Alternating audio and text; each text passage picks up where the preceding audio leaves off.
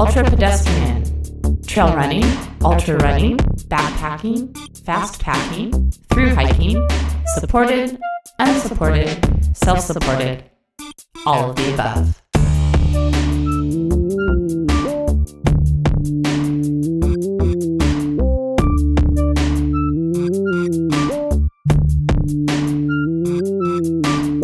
UltraPedestrian, redefining endurance and building new paradigms of mammal locomotion.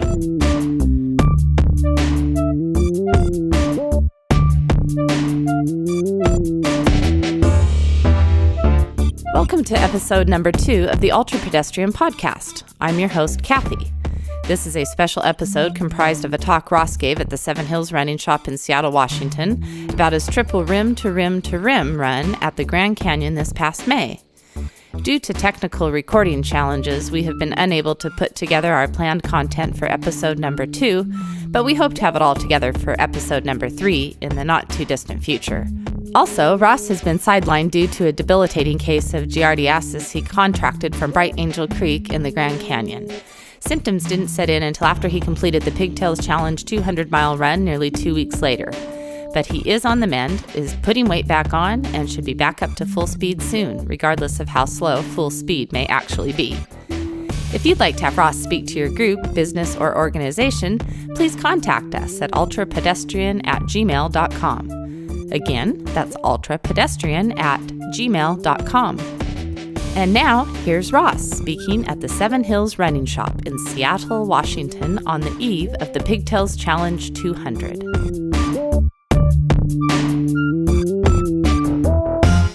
Blessings, thanks for coming out. Stoked to have everybody here, and thanks to Phil and Glenn for having me out. Let's give it up for Phil and Glenn.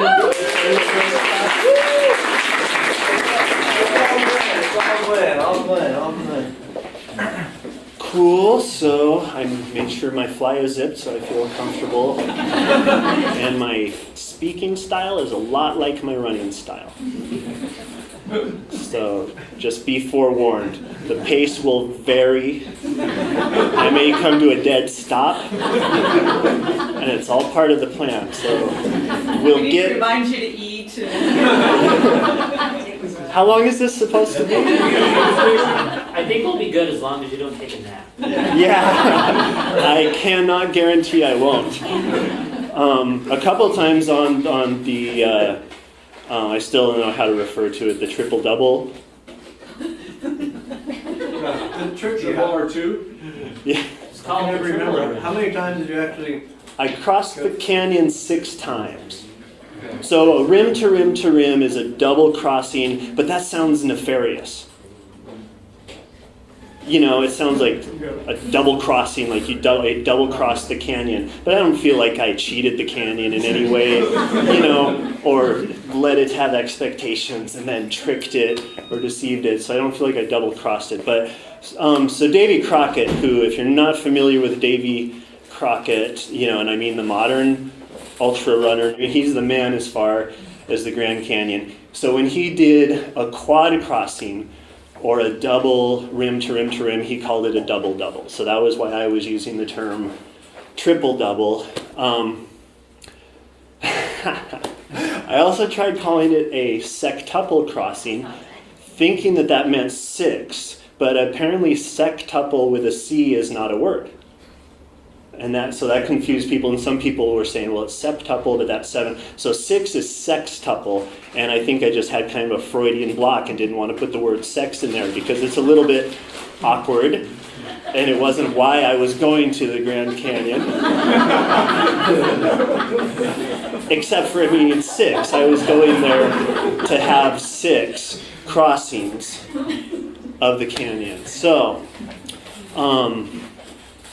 and how did that tie in with what Adam Huey was saying? Well, it doesn't matter, I'm sure. Okay, Davy Crockett, that was double-double, triple-double. So I'll use all those different terms. So how did the idea morph to even take on this challenge? Or where did the challenge morph from originally for you? Yeah. Is it the first known one? It is the first known, yeah. See, and that gets interesting too. So, okay, I'll try to get both of those. This is fun. where did the idea come from? I mean, years ago, I heard about people, just the idea of hiking when I was a backpacker, the idea of hiking from one rim to another, and, read horror stories of, people being incapacitated by heat stroke and dehydration, and then heard about runners doing a double and just thought that sounded crazy. I mean, I didn't think that was anything that I could ever do. This was when I was fat and lazy. I was 260 pounds, ate copious amounts of dairy product and products and processed wheat and 5-6 years ago then? soda pop. This was 15-ish years ago, 12, 13, 14, 15, around that many years ago. I was probably 200, 210, 200 6 years ago, maybe. I don't know. I've been getting thin. Right now I'm just walk around about 185 without doing anything about it. That's just about where I stay. Huh? Other than do 6 crossings. I did not lose a noticeable amount of weight doing that. I didn't have a means of weighing myself afterwards, but when I got to the motel, and showered and everything, I didn't look emaciated or, substantially different that I could see. That's frustrating because, if I want to run and lose weight and you did 6 crossings and didn't lose anything, I'm so doomed. Well, I don't know about that. Yeah, I'm not a weight loss expert per se. But I don't know. I could help guide you to just enjoy running. You'll have the shoes for it now. That's so. right. And I eat a lot. I eat a really high-fat diet, so I do fat-based fueling, and I feel like that plays into it. But back to your question. So I just remember reading about that and then hearing about the few people that have done doubles and was looking at the times on the FKT site. And they're outrageous. I mean, just a couple days after I completed the 6 crossings, Rob Krar set a new rim-to-rim-to-rim record of 6 hours and 25 minutes or something. And he holds the single rim-to-rim. And my first double took 17 plus hours. Right, so if he could maintain that pace, he could just about do the triple double in the time it took me to do one double. But that's really theoretical. But it's, I have a bunch of goals I'm working on along these lines, and it's just looking at my skill set, which is very hiking based. I don't have a running background. I wasn't a runner in high school. I didn't go to college, so I wasn't a college runner. I really only I ran sporadically one or two, there goes somebody running right now, sporadically 1 or 2 times at different points in my life, and I did enjoy it, but I never had any training or coaching or anything like that. So my background is as a backpacker, and I like to say that I'm a backpacker who became a back of the packer, because that describes my philosophy and my skill set and my approach really well. So what I have as a result of that, Kathy and I have, hiked the Wonderland numerous times. Our first time was when I was still pretty chunky. We have some really unflattering photos, which I do not intend to publish. I had breasts in some of them. Yeah, see, that's a laugh. Half the population. Yeah, right, but that half is generally supposed to. So yeah, but man boobs, I was big. There's an old picture on the Devil's Dome loop where it is god awful, it is horrible, and after I die someone could publish it if there's the interest at that point. But I had my shirt off and I have a backpack on, so there's straps, and then there's a sternum strap, which has a really unfortunate. And there's a mountain peak in the background, and it is not the first peak you notice. It is not the summit that initially catches your attention when you see that photo. It's horrible. It's horrible.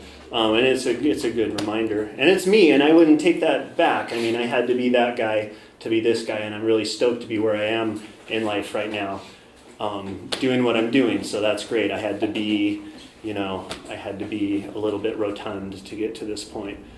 But I've got that backpacking background, and I mean, anytime I can always like shift down. It's like a low gear. I can pull out my trekking poles and just shift down and hike. And I really haven't reached the point where I couldn't do that. So that was kind of the basis of knowing what I could do, knowing that I could slowly pump out some longer mileage than maybe other people knew how to do. And that was it. So really it was looking at, and I'm doing that on a bunch of FKTs. It's really fun to just find these courses where people have just looked at them a certain way. They've looked at it as like, okay, this is roughly 50 miles and I can run that. And I look at it and I think, okay, but twice that is 100 miles. I can run that. I mean, a lot of people can run 100 miles. A bunch of people in here have. It might be challenging, but it's a doable distance. And to me, that's what it's all about, is like looking at what's doable. So maybe I can't do it fast, but I can do it, and that comes into my whole fascination with only known times. Is everybody, like how many people in here have read my blog or the Trailrunner.com interviews? Everybody familiar with that term, only known time? Okay, so that's an interesting area for me where I can attempt things because I don't have to do it fast. I just have to cover the mileage. And that's what I saw with the Grand Canyon, that 126 miles was doable. That's something, a human being can do that. By definition, everything that I do is humanly possible because I'm a human being, which also implies that a lot of other people could do it too. So does that That's a great answer your question? Yes. Cool, thanks. Do you know why Davy Crockett did it twice? Like what was he up to? Well, on his... Say what? No, I was just joking. Oh, okay. Well, I know I think he's done upwards of 11 rim to rim to rims. Did he just do it just to do it, or was he like going to and fro? Just curious. Yeah, I mean, he was doing it when he did it, he added in the Bright Angel Trail, so he didn't do it all on the North and South Kaibab. He also did Bright Angel, which adds a few miles and a few water sources as well. So he made it so that his double was over 100 miles, whereas on the standard FKT route of the North and South Kaibab trails, it would be 84 miles. So I know he specifically wanted to hit 100 miles on his.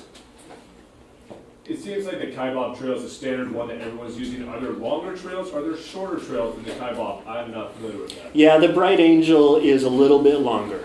So you could, instead of it, and it would cover the portion that the South Kaibab does. It's a few miles longer, which makes the climb a little more gradual, and it has a couple water sources on it, which makes it more doable. Yeah, so there's those, and there's a bunch of there's the Tonto Trail, which actually runs kind of along the Tonto Plateau in the canyon. There's a bunch of trails in the Grand Canyon and around there that I'd love to go back and have some fun on with Kathy, and I'm sure we will do that in the future. There's going to be more attention to those, I'm sure. The fastest known time scene is becoming more and more popular right now, and I think to most of the people in here that's probably logical, because the race scene is getting fuller and fuller. It's getting harder to get into races, and I think there's going to be more things like non-standard distance races where it isn't a round number like 100, but it's instead determined by the distance of the trail. Where the trail itself is the goal, and the measurement of that trail is just a byproduct of it or an afterthought. So I don't know, do you guys want me to just blather, or do you want me to kind of go through the rim to rim to rim trip in particular? What would people like to hear today? Can you talk a little bit about your fueling? Like, did you carry all your own food, or like how did you do that? Yeah, I carried, that was really part of my big goal on this, and how I wanted to do it was to do it completely unsupported. So not setting any food caches, not accessing my car, so carrying all my calories from the very start. So I carried all my calories for the entire trip from the beginning. And I considered myself a day hiker. So I didn't get a backcountry permit because I wasn't going to be camping in campgrounds, which is, to a great degree is what the backcountry permits are about. And that is what I've been told on the Wonderland before when I talked to rangers. They said, if you're running this and meeting support or whatever, we consider you a day hiker and you don't have to have a backcountry permit. I know they've told other people conflicting things, so that opinion might vary from ranger to ranger.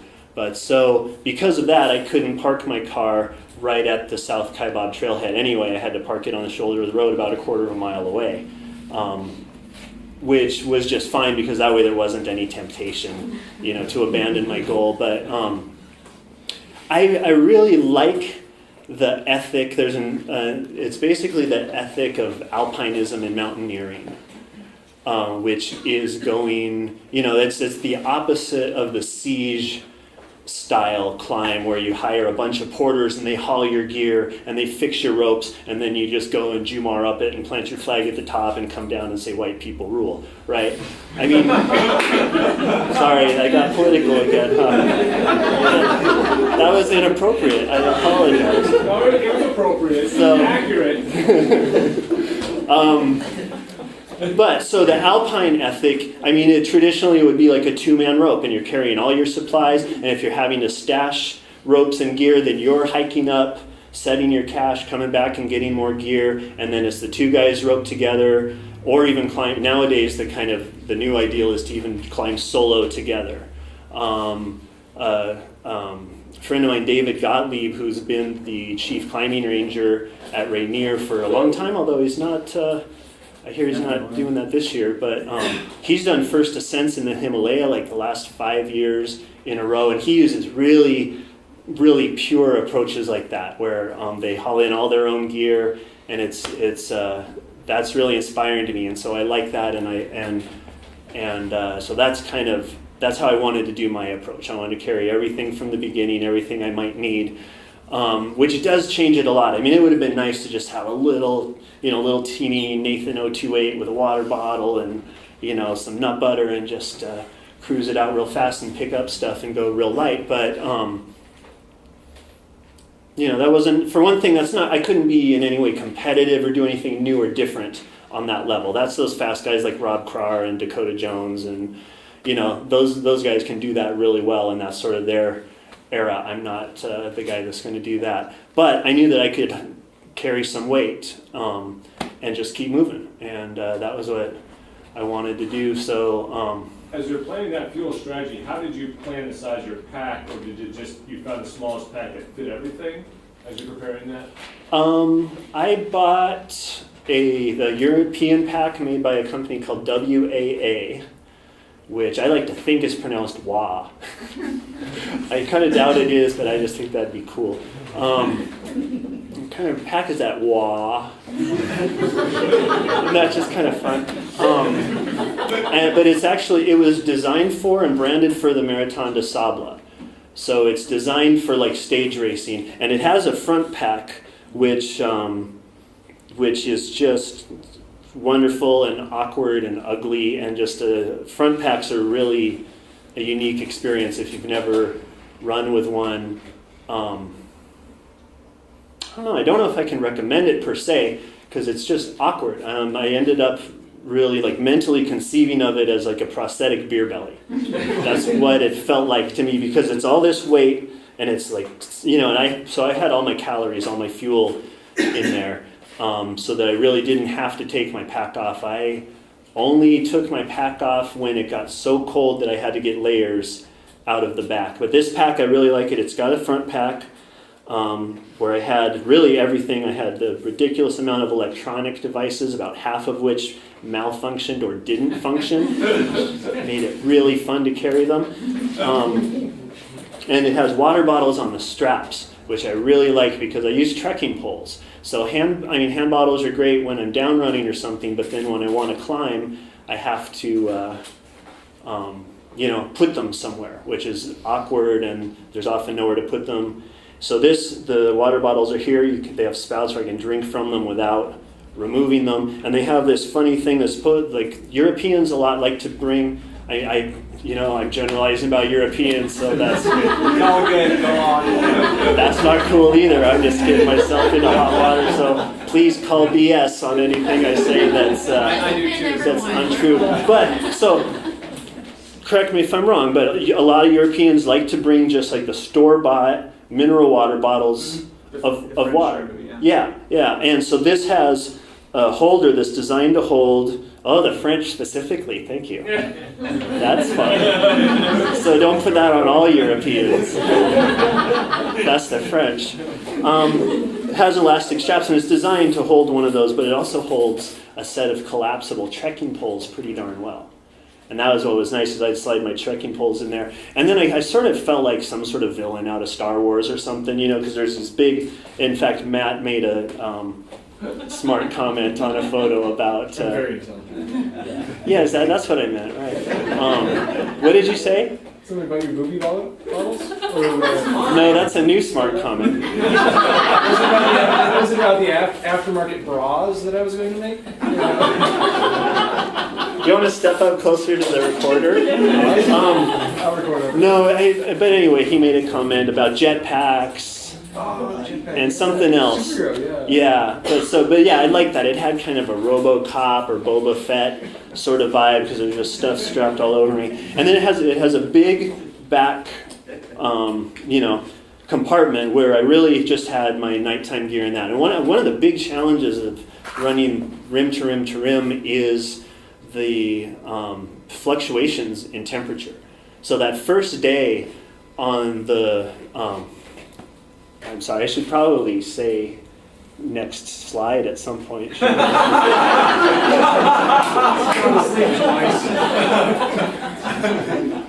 Nice. You'll notice I haven't moved from the first slide.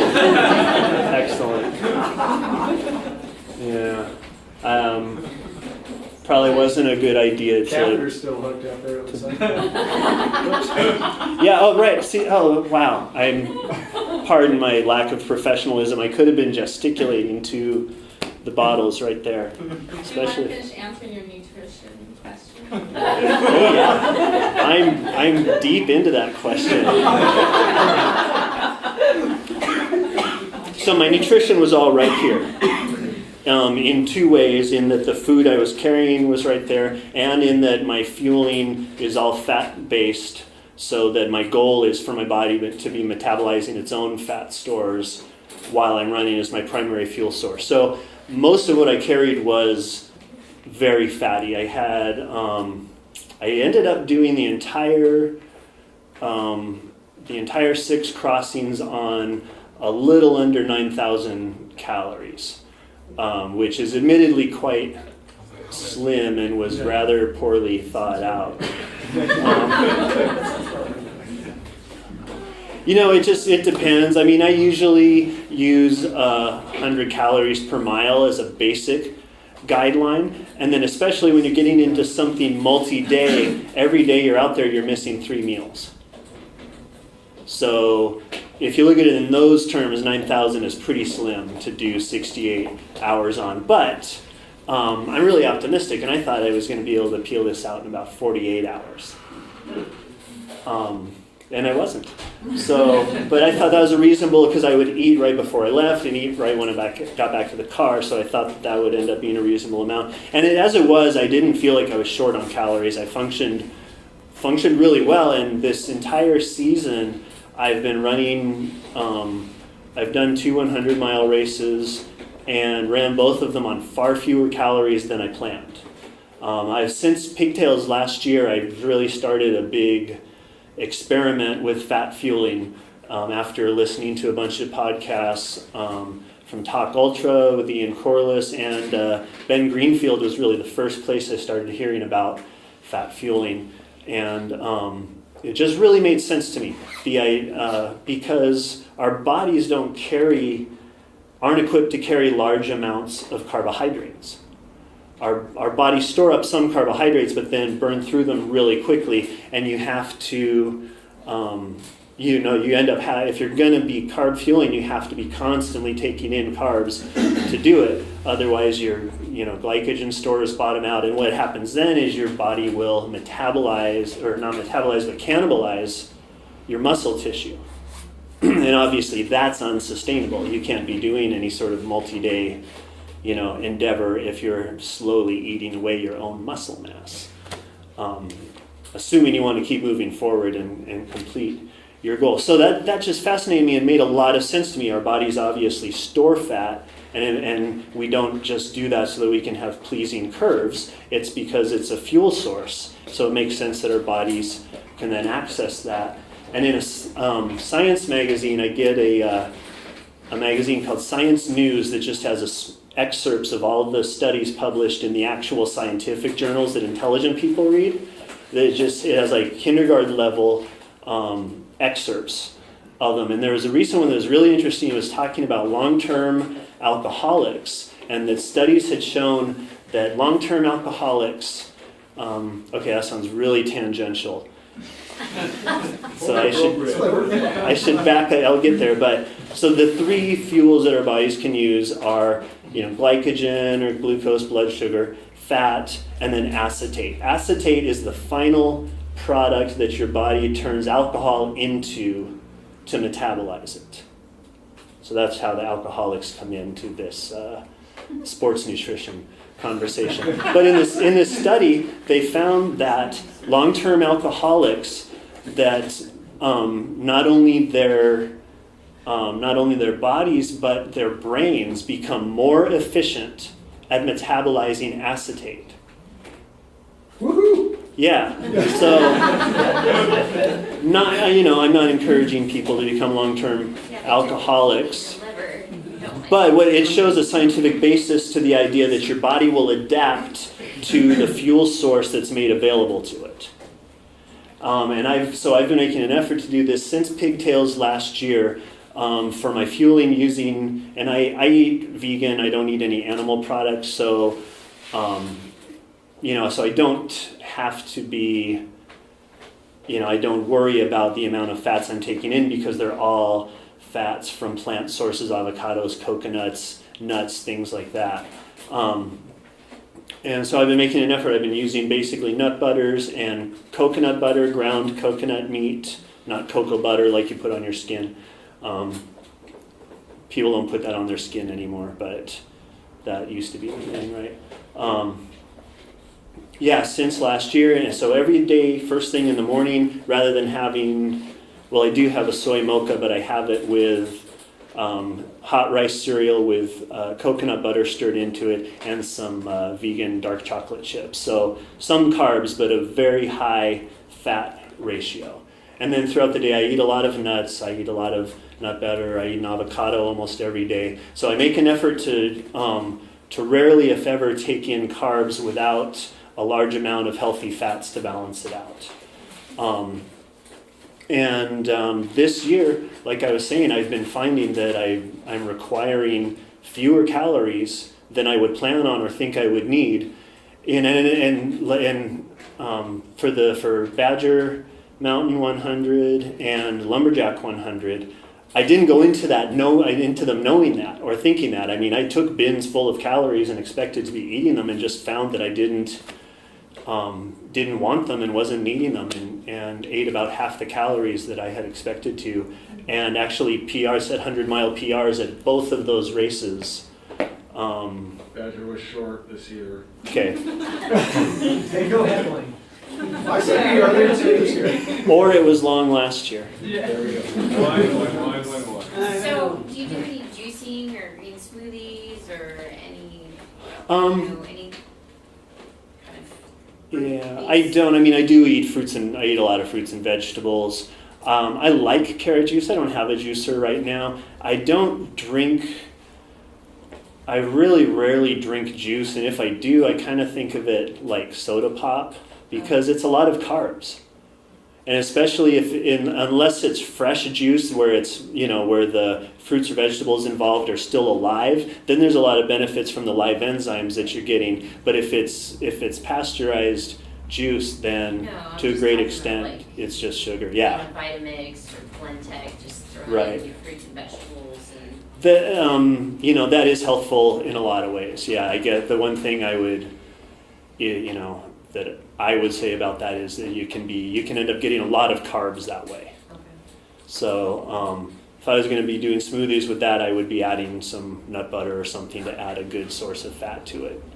How about any 369 noodles oil, or that's how you pronounce it? Yeah. Any of those oils, using those? I don't. I mean, I personally wouldn't use fish oil, but I don't know of drawbacks to it per se. I know they also make, Vegan, they make brand, straight, whatever his name is.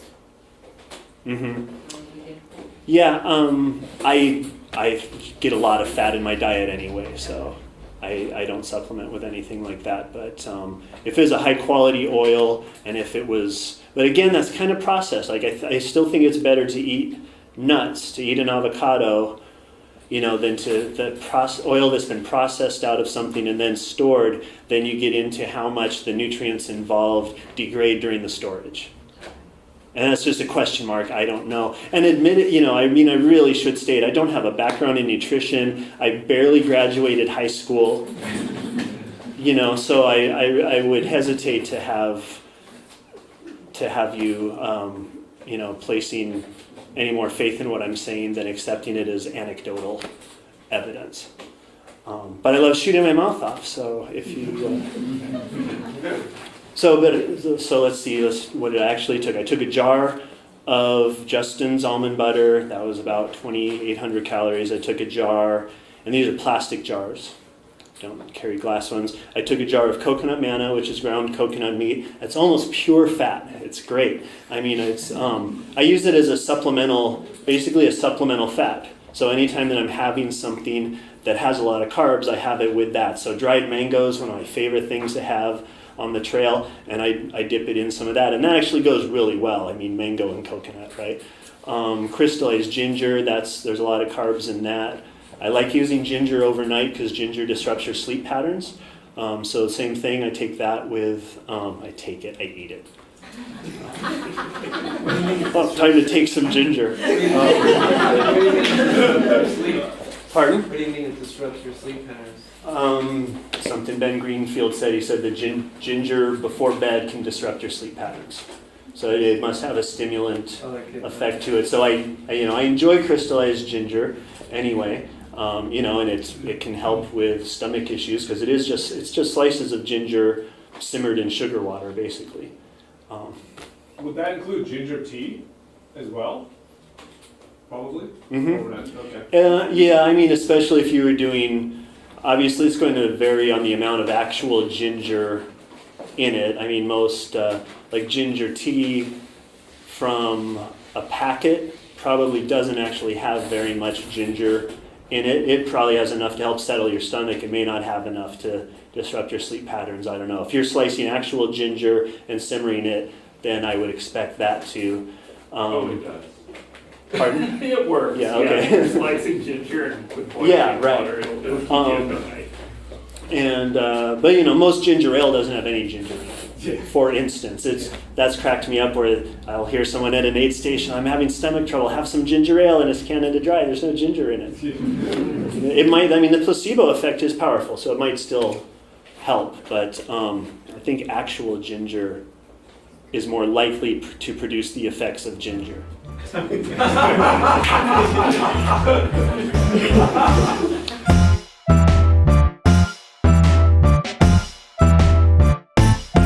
You're listening to the UltraPedestrian Podcast.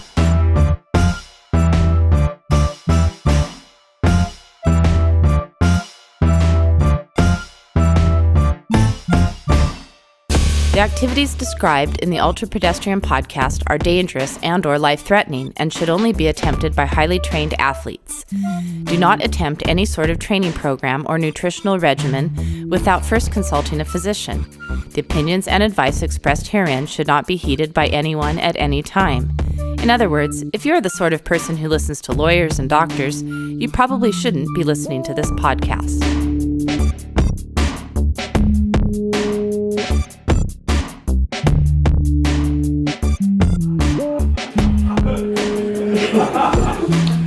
So slide number 3, I still have not moved. Random side note, Ben Greenfield, he's at what university, or where are his articles again found?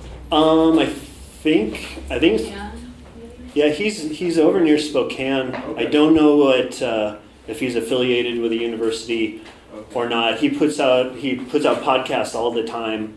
I realize that frequency of podcast release isn't equivalent to affiliation with a university as far as establishing one's credentials, but he seems to put a lot of research into the stuff that he broadcasts, and he seems to take a pretty scientific approach. But again, I don't know his credentials. I know he's a triathlete and a serious endurance athlete, and so a lot of what he's talking about is at least from experience. So again, I haven't moved yet. This is a third photograph from the same spot, so we're really making good progress here. But this is from basically right at the south rim when I was just starting the trip, looking down into the canyon. It's man, I mean this photograph, even if it were big enough to cover this whole wall, it's really really difficult to put the scale into perspective. That doesn't show it at all. I mean, you can see that the canyon just stretches into forever, but this doesn't give you the idea of how tiny and frail you are when you're looking at that. What time was it? This was about 8 in the morning, which is a ridiculously late time to be starting rim to rim to rim. Usually people start about 2 in the morning. I was wondering, I know some people do either spring or fall. Had you thought about timing of the year? Yeah, I mean, this was the first weekend in May, which is widely considered to be the optimal weekend. Oh, okay. Yeah, so better than fall time then, or? Fall, you're at the end of the monsoon season, Okay. so it can be rainy, and there's Okay. even, there's the potential for flash floods. There have been occasional flash floods that have come down the Bright Angel Canyon, not just the side canyons, but the Bright Angel Canyon is the one that bisects the Grand Canyon itself that the South Kaibab and North Kaibab trails run through. So, Did that make the mule piss go away though? It doesn't ever go away. No, I think the monsoons just freshen it up. Yeah, the mule urine on the trail is just horrible. It's horrible. When I was there, the mule trains weren't running on the North Kaibab yet. They were only on the South Kaibab. But basically, every time they hit a switchback, they back up and stop, and every time they stop, they urinate. So at every switchback, there's puddles. Puddles is stating it mildly. There's wading pools. There's jacuzzis. It's hard to put into terms. Again, there's just copious amounts of mule urine, and they form, little lakelets that feed out horrible pea creeks that flow down the trail. I mean, it really is you're laughing, so I can tell I'm not expressing the horror of it. I mean, it's awful. It just reeks. I mean, it smells like the inside of a mule. So the alternative would be to take the Bright Angel Trail, right, where the mules don't go, and then you would be in another place. There are mule trains on the Bright Angel Trail as well. Yeah. No, that's part of the reality. Any trail, any constructed trail that you're running, I know as trail runners, what a lot of us are after is that pristine backcountry sense of being somewhere that is not impacted by human beings. but the obvious flaw in that logic is that if you're on a trail, that area has been impacted by human beings. If it's a nice trail, you feel like it's been impacted in a positive way. But these trails really are mule trails first and foremost. They seem that way to me. I'm stating that authoritatively, but again, this is just me. When I was there a week before you, Mm-hmm. it didn't seem that bad to me. I was actually pretty surprised, but also I went down, the South Kaibab, and then came back by the Angel. Oh, And also when I was there, then on the north side, there were mules. Oh, there were? They were doing some trail work. Okay, interesting. I didn't see any mule trains on the North Kaibab, so I don't think they were running the tourist. Yeah, I think they wanted trains. to be tourists probably because They were using them to support the trail crew. Yeah. And maybe they weren't running them on the Bright Angel yet, but they do. Yeah, well, that's good. So maybe going a little bit earlier, it's not as bad. But it was pretty bad. But whatever, it's part of the impact. It's part, that's an aspect of that trail. There's often nasty things on the trail, whether it's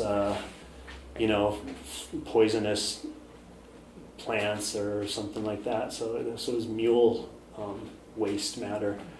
As a result of all the mule urine, did you worry about where you yourself had to be?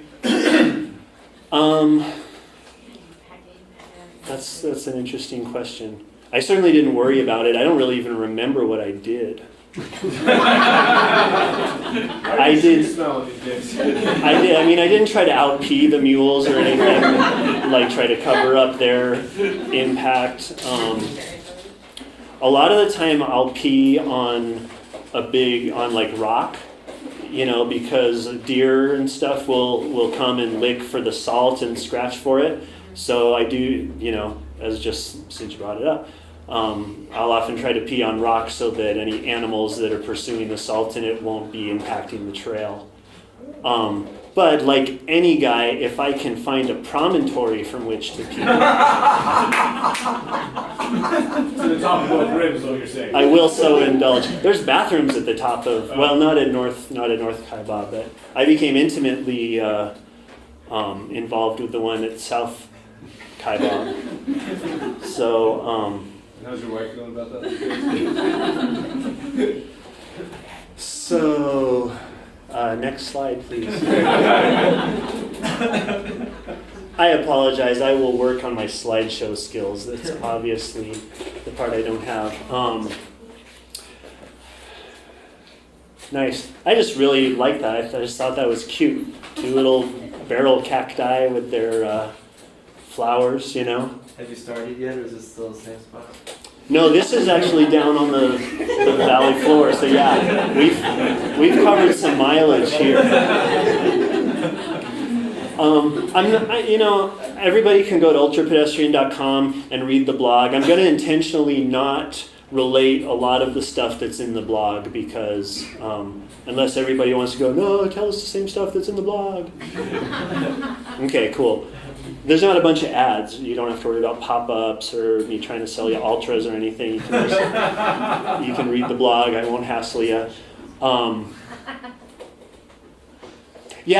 don't know. I like this picture because these are some little barrel cacti. I like the flowers on them. Flowers are the reproductive organs of plants, which to me always makes it seem funny that we give them to each other as gifts.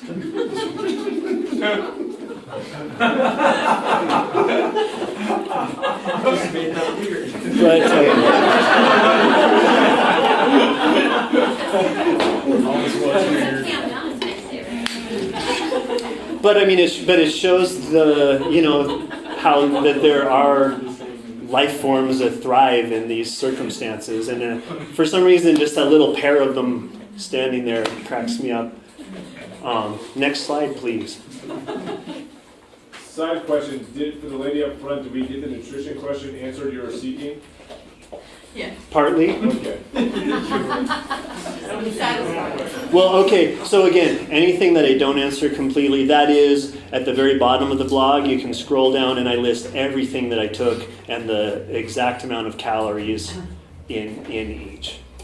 So you can look that up precisely. But those were my main things. I did take 2 of Adam's tie wraps, and they were the first things I ate, but I didn't use any gels. I did use a little bit of Noon, but I didn't use Perpetuum or anything like that. I basically fueled off of all whole food sources. How much did you pack with?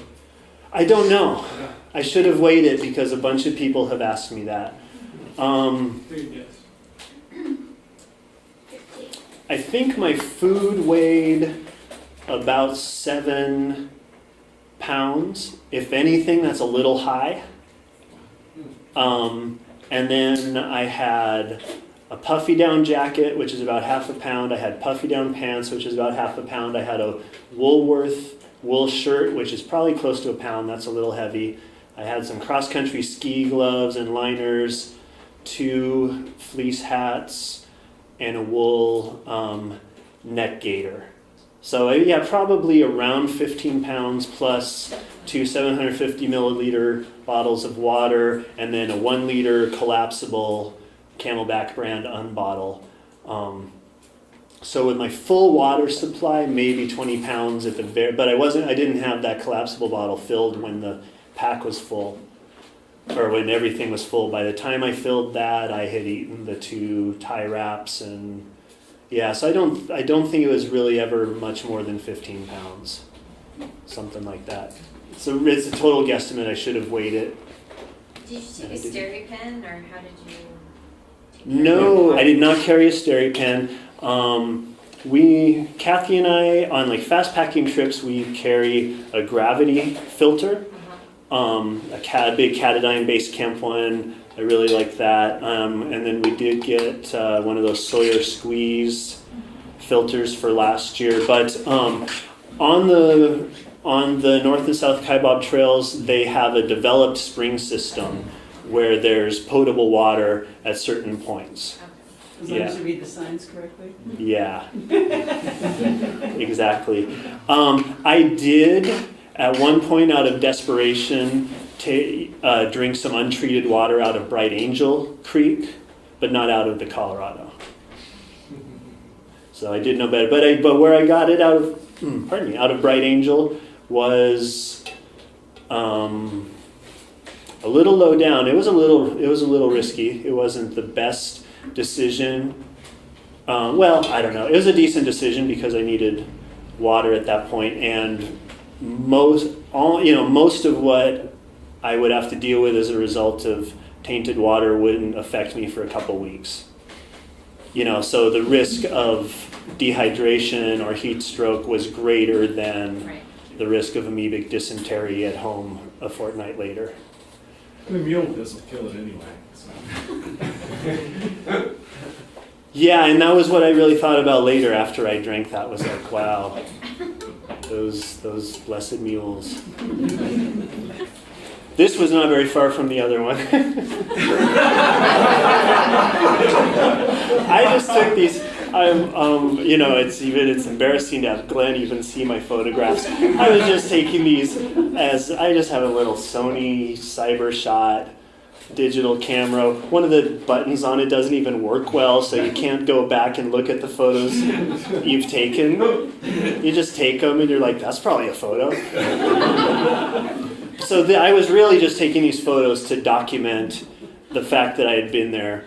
And I liked these cacti. These are prickly pear, so slightly different cactus. And of course the sexual organs on these turn into a fruit you can eat. But none of them were ready yet. So the barrel cacti and the other one, those are the same ones. They get larger in other places. They're the ones that you can reputedly break open and milk the pulp out of to sustain yourself. That doesn't work. I didn't try it, but I read a book I bought at the Grand Canyon about all the deaths that have occurred in the Grand Canyon. And the people that tried to get moisture out of barrel cacti didn't fare well. So don't do that. But the prickly pear you can get moisture out of? Not that I know of. They do produce the fruits, which are quite good. Again, the fruits, if they're not ripe, don't eat them because they'll make you sick, which will just dehydrate you even further. You can, if you have a Mexican grocery nearby or a supermarket with a good Mexican, that has a Mexican, a lot of Mexican clientele, then they'll actually have prickly pear leaves. There's ways to prepare those to eat them, and they pickle them and stuff. But in a survival situation, you're probably not going to have the time and equipment to concoct any sort of cacti-based delicacy. Next slide, please. So this is nearing the North Rim, and Glenn, this is intentionally washed out for artistic purposes. The flash was real strong, right? When I color adjusted it, I did kind of wash it out because I was suffering from the heat at this point, and this photograph helps kind of capture that vibe for me. That's how I was feeling. As bright as the sun looks right there, that's how it felt to me. There's a little, oh hi. It's too bad I don't have a laser pointer because that would be fun, but you can see the runner there.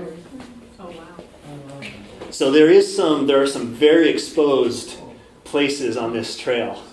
It's a great trail. That makes it look way hairier than it is. The trail is like it is for, pack train. So it's a good 6-foot trail tread almost everywhere. But there's a lot of exposure there. You can see that a fall would not go well for you. How many people fall a year down there? Did you get that statistic when you were there?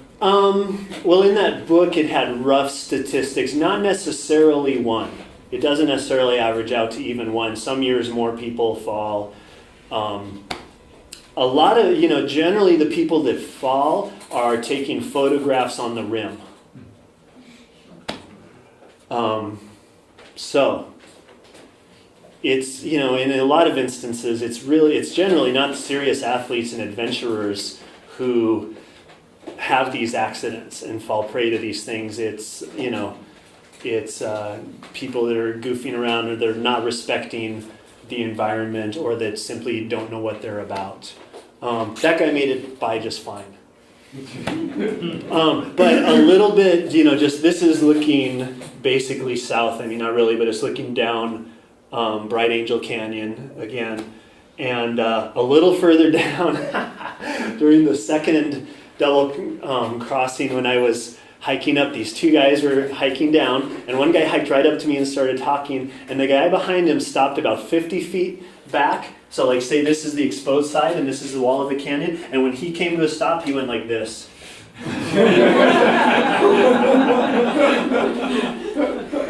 And his friend told me, he said he's afraid of heights. And he's pushing through, but he's having a really hard time with this section of the trail. So that was how he coped with it, is he just stopped and walked right up to the side of the mountain there and pressed himself up against it. And that actually really impressed me. I thought that was super cool. I couldn't imagine that. I mean, I'm perhaps foolishly fearless. There's not a lot about, doing this that scared me. And that guy was obviously very, very afraid for huge sections of the trail, and just trying to imagine the strength, the strength it took. I mean, a weak sort of strength, which is interesting because he was obviously very scared. So it wasn't like, haha, I'm manly and just pushing through. He was scared and pushing through. And I just thought, wow, that guy doesn't know it, but he's an ultra runner. I mean, he could totally be an ultra runner, because being able to push through something like that amazed me, and that's actually one of my favorite memories from that trip, and just watching how he just pushed right up face first against the side. That was great. So was that one right above, you took that one right above the switchbacks? Would the switchbacks be off there just to the right in that, about 3 miles from the North Rim? Yeah, that's about where this is. I don't remember if I'm probably you mean the switchbacks where the tunnel is? Climbing up to the tunnel? Before the tunnel.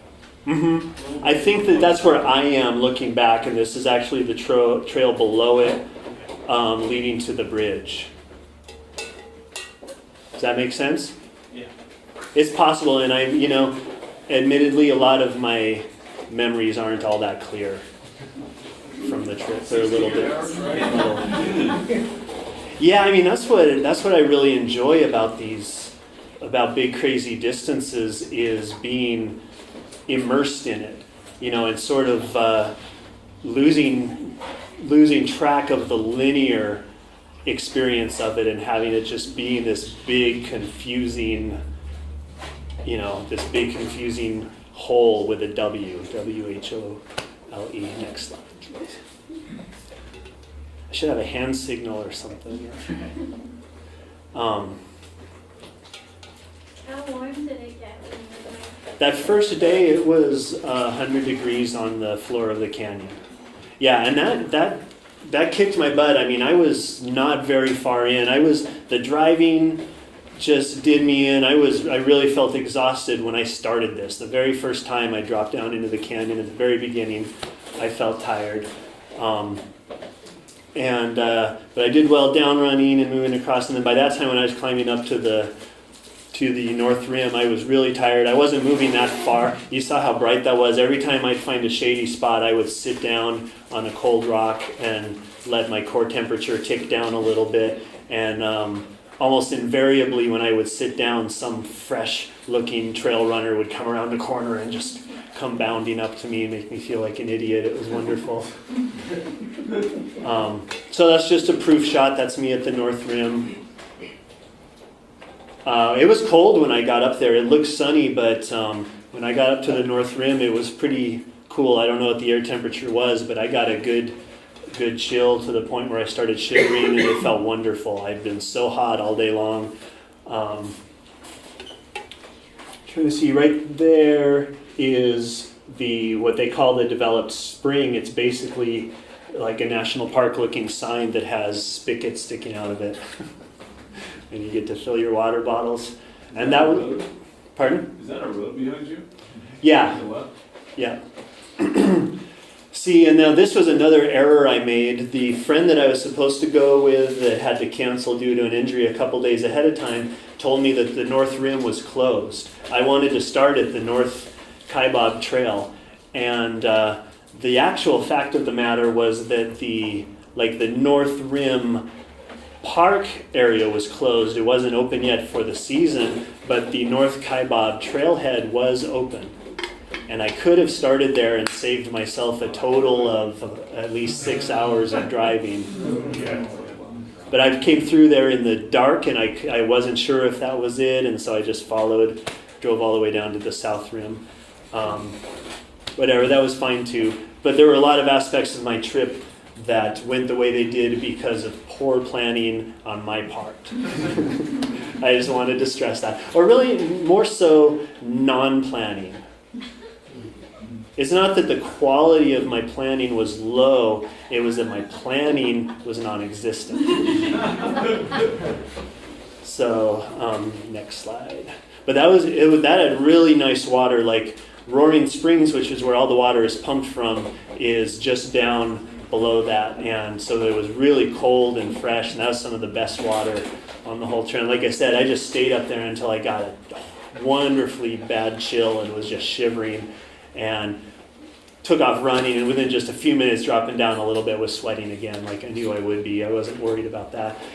This is just another shot showing some of the exposure and showing you the character of the trail. I mean, this is amazing trail. Again, when you look at this, you can't really in any way try to think of it as not being impacted by humans. I mean, that's just a trail that was blasted out of the wall of the canyon. You can see it just used to continue down there, and they blasted that out. And it's cool because running along, you can see where the holes were drilled to set the charges in there. And like a lot of major construction projects done not too long after the turn of the century, a bunch of people died doing it, which adds a poignancy to it as well.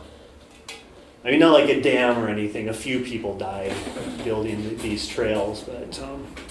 Was there any part of this trail that was originally used by Native Americans, or was built by Native Americans originally? So obviously this piece wasn't, but other sections? Well, the Bright Angel Canyon itself was used by Native Americans to access the Grand Canyon because the main Grand Canyon has really sheer cliff walls in this whole section.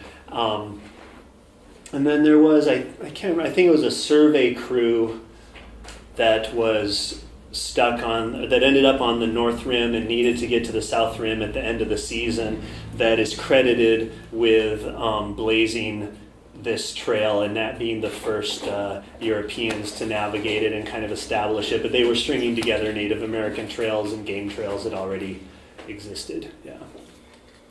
Next slide. That's not subtle enough, huh? I need just... Yeah. Deer. I mean, these are my least favorite sort of deer. This is near Phantom Ranch, which is one of the bigger of the camps down in the bottom of the canyon, and it's nearing the Colorado. These are my least favorite type of deer because these are semi-tame deer that hang around the camps. And they stay a little bit clear of you, but they're curious about you because they're hoping that they're going to get some sort of snacks from you. But I didn't take a photograph of these deer so that I could mock them from thousands of miles away. Because if I have an issue with a deer, I'll deal with the deer right then. I'm just like that. I'm kind of in a deer's face. But no, the reason I took this is you can see their eyes flashing. I mean, all the different times that I've run through the night, or hiked through the night, or just been out screwing around in the dark. I mean, we live, up in the Okanagan Highlands where there's a lot of wildlife. There's cougar and bear and lynx and stuff. Every single time that I have tracked down a flash of glowing eyes, it's been deer. Well, no, there was one time on this that it was a fox, but it's never been a cougar. And I just wonder how many cougar sightings are deer sightings, I suppose. Because, see, deer, they bed down like that, or the other thing is they'll be grazing and their head will be down low and they'll look up at you from there. So you see two glowing eyes following you from down here, and the hair on the back of your neck raises up, and your first instinct is, okay, there's a cougar watching me go by, and he's trying to figure out if he can take me or not. So that was why I took this picture, because that fascinates me as to the degree of sightings like that. How many of them really are? Did you know they were deer when you took? Could you see, or the flash? Did you know it was deer? I thought they were deer, yeah. And then when I first took it, I was able to see it. I couldn't go back and look, but you can see it when it first takes it. Yeah. It sounds like you're hoping there would be a cougar for once. That would, I mean, come on. If there were two cougars in this photo, I wouldn't be standing here talking about deer. And I wouldn't be embarrassed for Glenn to see this photo. They say there's a cougar at Lake Jones. They might see one in Lake Jones. I don't know. Is there any sort of a corridor to there? Something about there was a cougar at Lake Jones. Oh, I mean, it's not impossible. I mean, I don't know. I don't really know that area per se, but I mean, we're allowing fewer and fewer, places for cougars to be, and they have to be somewhere, and they do have large ranges, so you never know. Bunch of, slow, tired people hobbling around the lake. I mean, if you were a cougar and you could take down an ultra runner and drag them off, right? And you could eat on them for a little bit, go down and drink out of the reservoir, come back and eat on them. I mean, it'd be a pretty sweet setup. So. Next one.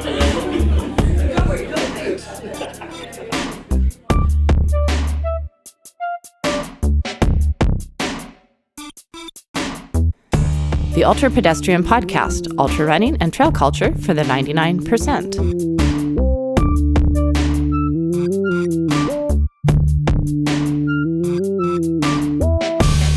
The 2013 UltraPedestrian Wilderness Challenge is a multifaceted, multimedia contest open to trail runners, fast packers, and backpackers.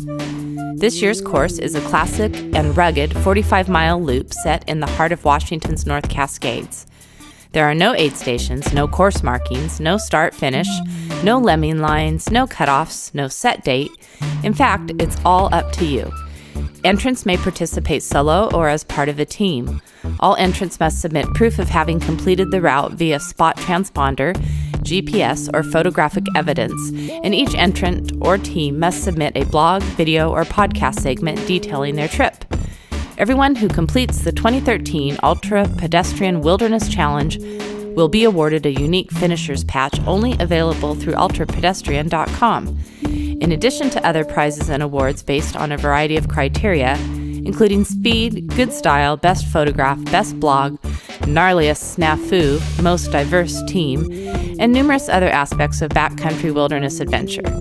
Sign up will be open through the end of July. All trips must be begun no earlier than August 1st, 2013, and completed no later than September 30th. Complete details are now available at ultrapedestrian.com. Can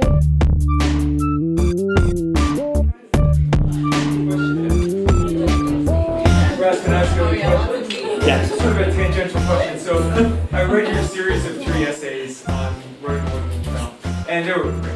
I enjoyed like every sentence. Well, and a lot of people run and then write about it, and the writing's really planned. And your writing was hilarious. In fact, you've introduced a new favorite quote for me. I even claim it as my own, which is you said, "One of the things I enjoy is not enjoying myself," which is great. I love that. But what I wanted to ask you is, what's your history in writing? Like, did you write before you started running, and did you write about something else, or have you been inspired by this newfound activity and found your muse or something to begin writing at this time? No, I mean I've enjoyed writing since I was young. I mean, I used to write poems about our pets and stuff when I was 10. Sarah is a kitten. She is my cat. She likes to climb up trees, but she falls out and goes splat. She likes to play with Mindy, who is our beagle, and swat her on the nose. And sometimes when I see her, she's pawing at the hose. It's a mediocre rhyme, and I confabulated the content to manufacture the rhyme. So it's horrible poetry.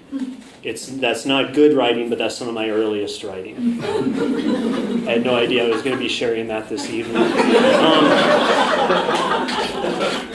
And then as I was coming over here, I was thinking about other people who have done kind of solo adventures, like Blake Wood from New Mexico ran Badwater to Whitney by trail across country and took these awesome photos.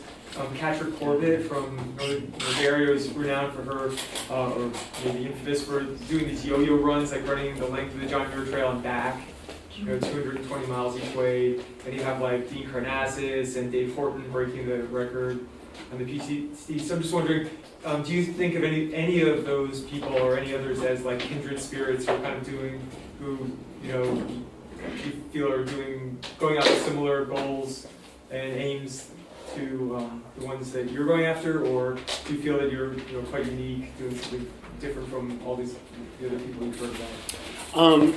No, I mean I definitely see those people as kindred souls, and I know that there's a lot of people doing these sort of things, and that's why I kind of foresee more people doing them on different scales, both larger and smaller. But yeah, to me it's a very human thing. I mean, like I said, anything that I can do by definition is humanly possible. I mean, I really think the main difference between me and somebody who hasn't done any of these things yet is that they perceive a limitation. They think there's a reason why they can't. I really do not at all believe that I have an ability or a skill set, or anything that most other people couldn't develop to do similar things. I mean, different people have different strengths and weaknesses, so some people would do things faster, or some people would do longer distances or would do them differently. But to me, it's a very human thing. I mean, that's really what it's about for me, is the human experience. So I don't see it as being really unique to me. Is that what you asked? I was just wondering if there are any particular characters out there where you read what they did and said, wow, that's a really cool, only known thing that they conceived of doing. Yeah, I mean, not so much to a degree. I mean, but mostly no, just because of my own ignorance. I've found out about a lot of these people after the fact and been like, oh yeah, okay, There's all sorts of different levels at which to do it. I really like the different attempts that people make on bad water, on unsupported versions of bad water, and by trail that's about the only way that would in any way interest me. The road is the whole thing about bad water that does not interest me, whether it's the actual race itself. I do think the idea of having a funky cart and looking almost like a homeless ultra runner, I really like that. And I don't mean that in any sort of disparaging way. I have a lot of love and respect actually for all the fringes of society, for homeless people, for animals like coyotes and ravens that exist, off of the waste of society. And to me, there is something really interesting and unique about somebody that's literally living out of a shopping cart, that has all their stuff in a cart and they move around. They may not cover the sort of mileages, that we do for fun or would aspire to, but to me, there's a kinship there. To me, there's something that is very, very primal and fundamental and foundational about that, of being a human being, moving under your own power, carrying everything you need. Doing it in an urban setting would be terrifying to me. The dangerous animals are humans. Even though there's a lot of friends in this room, you guys are way more dangerous than a cougar or a bear or a wolf or anything like that. The main thing that predates on humans is humans. So did you see Elizabeth Thomas, who's another ultra ambassador? She's a thru hiker. She just did a 5-day thru hike of Los Angeles. And she's saying it might be the first urban thru hike. And we're interviewing her for the UltraPedestrian Podcast. And on the UltraPedestrian page on Facebook, we gave a link to her blog if you want to check that out. But that fascinates me. That's a really cool and interesting idea. You could travel around the world doing these urban thru hikes and have an experience of cities all over the planet that no one else has had. I do like ideas like that. Again, the asphalt and concrete would probably keep me from actually doing it, but the idea is very much, a kindred spirit.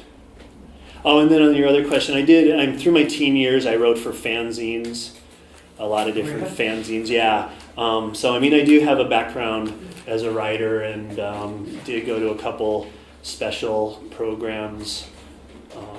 You can laugh at that if you want, for creative writing and stuff when I was in high school. So, yeah, I have a fascination with language anyway, and I do enjoy writing, although I struggle with it too. It takes me a ridiculous amount of time to write my blogs. I still really just don't get the whole blog thing, because it's supposed to be just boom, there's my blog, who cares? And I'm not like that. I write it like freaking Kerouac or something. I spend days agonizing it. I'm like, honey, what's the number of syllables in this sentence, right? And it's just, she's just like, would you click publish for crying out loud?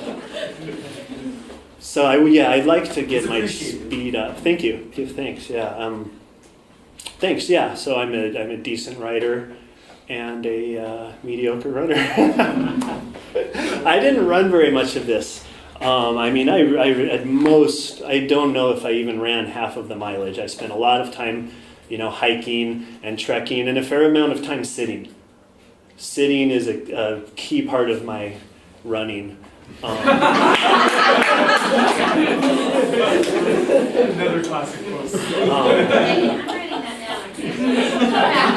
Yeah. For me, it's it has to do with balance, but it also amazes me sometimes how revivifying it can be to just sit down for 2 or 3 minutes. And I don't mean sitting down for 30 minutes. I try to make it self-limiting. I'll have a snack where it's like, okay, I'm going to sit down, and when I finish these chews, then I have to get up. Or I'm going to sit down and rest my head in my hands until this song is over on my MP3 player, then I have to get up. So I make it self-limiting, but yeah. And it's funny because I know it kind of confounds other people, because I'll do it in races too.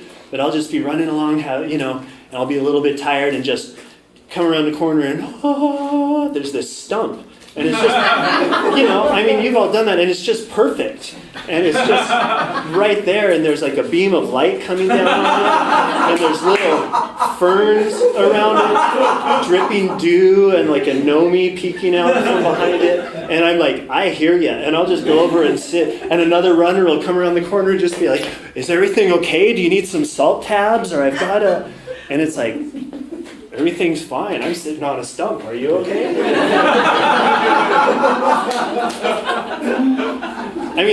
That's like one of my very favorite things to do. If I can like sit on a rock or a stump out in the middle of the woods, that's, part of why I ran there. So, this is the Kaibab Bridge. I think it also used to be called the Black Bridge. It's a suspension bridge over the Colorado River. And on the south side, it just goes right into the rock like that, which I thought was really cool. And it's a rigid suspension bridge, which I'd never been on one of those before, but you can run across those. They're great. I'd only been on the cable suspension bridges, like on the Wonderland, where, you get a couple steps out and the whole thing's going, and you're like holding onto the cables and watching your trekking pole spiral down into the... So this was cool because you could run across it. 4 or 5 people could be on it at once. Of course, it has to be stable because mule trains go across it, but I hadn't thought that through. And when I went across it, I was like, wow, this is great. They did this for me. No, they did it for the mules. Next slide, please. 2 quick side questions. I selfishly want to know if you've ever seen a wolf either by your home over the Okanagan or running. And then the other side question is, do you prefer a stump that's slightly lower or slightly higher than your knees? Or the same height as your knees? Stump / rock. Yeah, higher is ideal. Ideally, I like a stump or a rock that's almost waist high and then has like a little pedestal to put my feet on, because it's easy to come down off of. But a low stump can be really difficult coming back up. Like a high one where you're just like, boop, is good. That's realistically, I actually put that much thought into it. That's what a dork I am. Just trying to figure out how to design a chair out there in the woods for you. Tall, please, with a foot rest, yeah. But it's good if it has a little bit of an angle so that it's imperfect.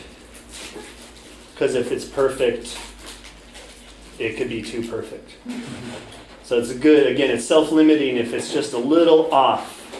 Because then angling forward or angling back? Just any way that it's imperfect, because then you won't be there forever. Or maybe, if it's got a felling cut rather than a perfect flat cut, so like a Humboldt cut or something where they meet up imperfectly and there's the fibers that have pulled in the middle or whatever. Just something to make it so it's not perfectly comfortable.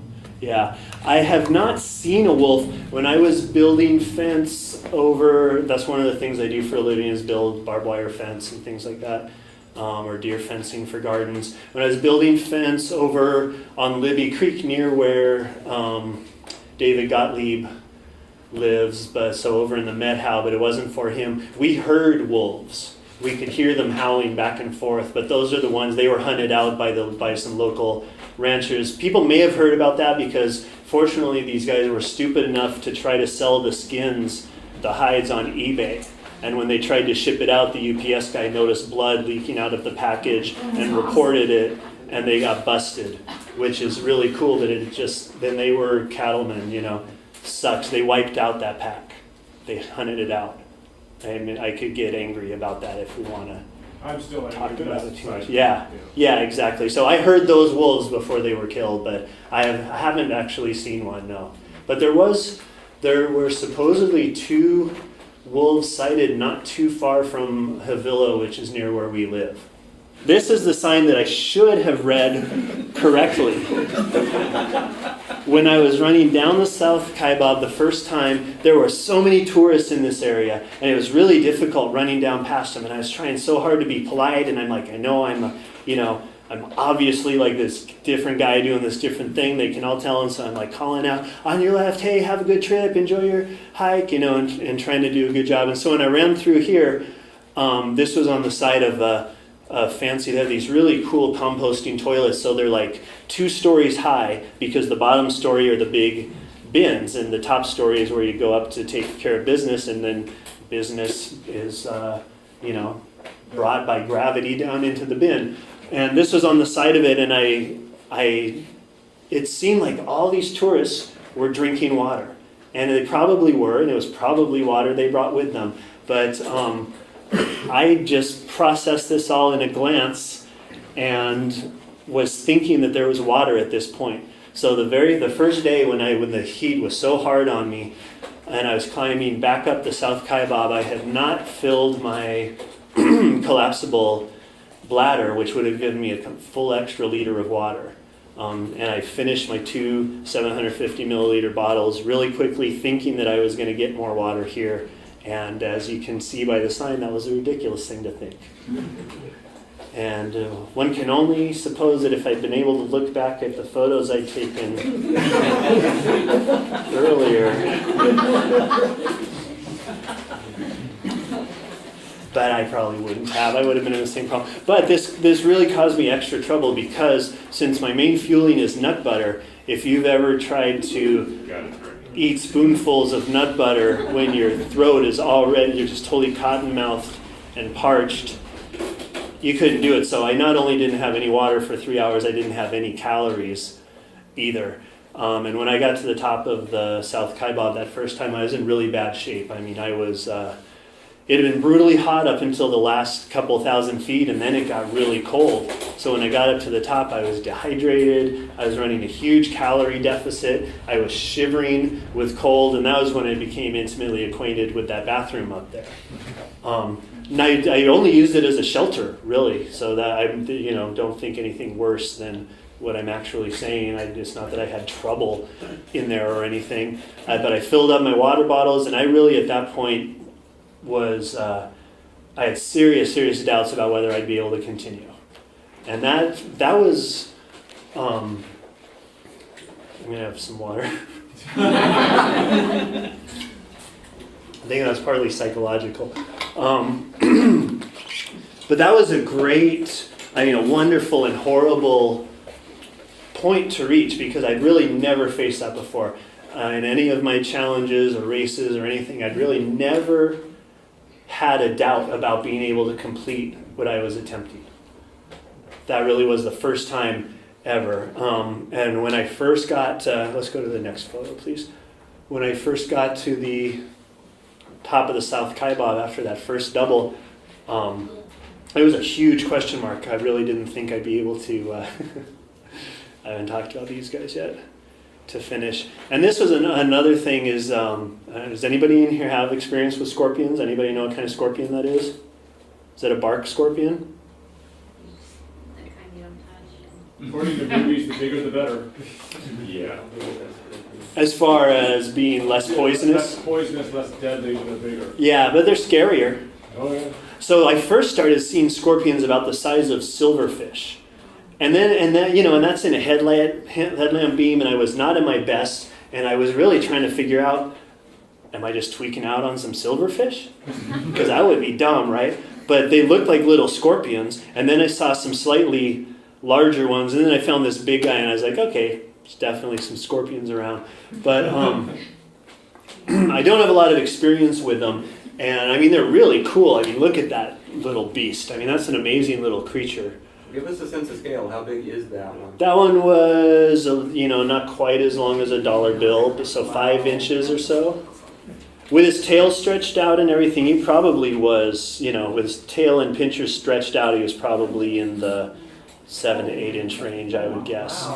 Yeah. Gnarly. I mean, really cool and honestly kind of scary. And what actually scared me about them is I was curious, obviously, 'cause I'm like, okay, these guys are here, so I should try to learn a little something about them. So I took one of my trekking poles and pushed a rock over to the front of him. I was messing with him a little bit, but I didn't want to hurt him or anything, and I really didn't want to upset him per se. I pushed a rock over right in front of him, and he just went like this. He just braced it with his pinchers. He didn't try to pinch it or anything, because I mean, he lives amongst rocks, right? I'm really underestimating the scorpion if I think I can trick it into pinching. He's had his whole life to pinch rocks.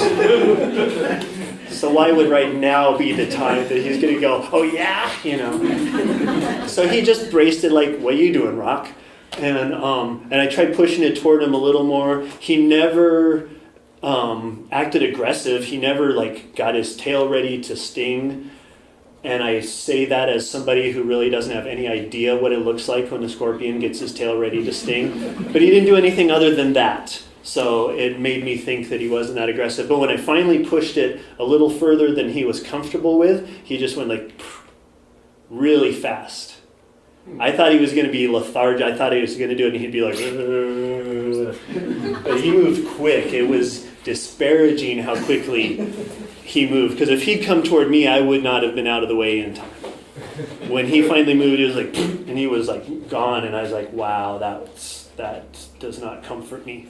Was that your first fantasy about having non-minimal shoes, maybe maximum shoes? Well, you know, I mean, the Lone Peaks they're zero drop. And they're designed to not get in the way of your foot function, to allow natural foot function, but they're really not minimal. That's the whole reason I started using them, was for super high mileage, wanting some midsole, wanting a little bit of protection.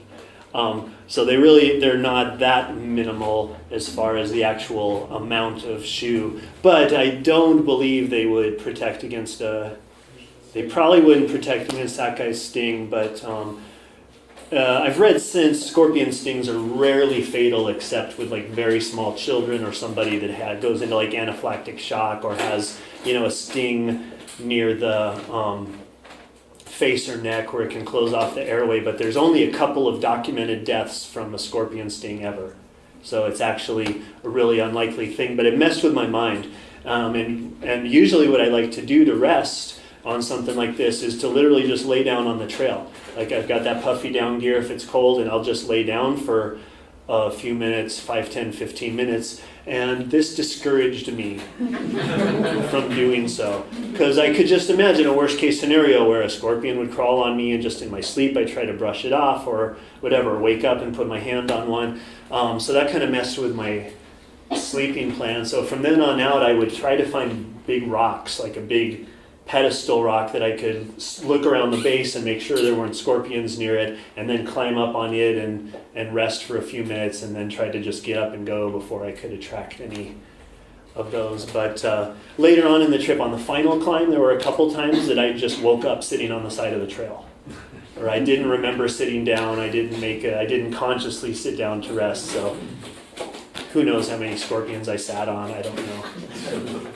Next slide. Did you get concerned being out there by yourself that you would?